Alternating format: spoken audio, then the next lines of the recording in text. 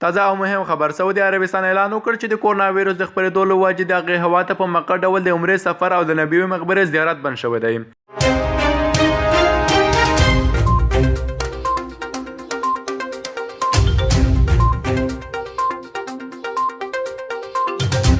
سلامونه ګران دوستانو، بیا هم ویډیو ته په خیر حالات کې چینل مې سبسکرایب کړئ، چینل ته سبسکرایب کړئ او ویډیو تر پایه پورې سره وګورئ. د خاور مینا خبري اجان د نړیوال برخې د راپور له مخې د عربستان د بهرنیو چارو وزارت په یو بیانیه کې یاده کړې چې ریاض د کرونا ویروس د خپرېدو د مخنیوي لپاره تدابیر نیولي چې د هوا ته د حج او عمرې او مسجد نبوي د زیارت لپاره د لنډ وخت لپاره په زیارتي سفرونو بندیز د دې موردو له جملې څخه دی.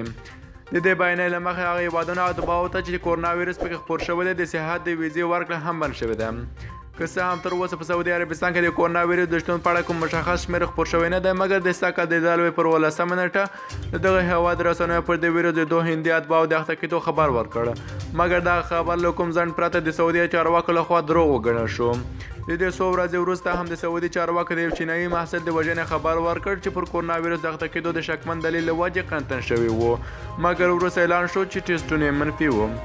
د وروستیو شمېر پر اساس تر اوسه په نړۍ کې لږ تر لږه 80,000 تنه په دې ویروس اخته شوي چې له دې تعداد د 1,000 کسانو درملنه شوه او شاوخوا 2,700 کسانو خپل ژوند له لاسه ورکړی دی.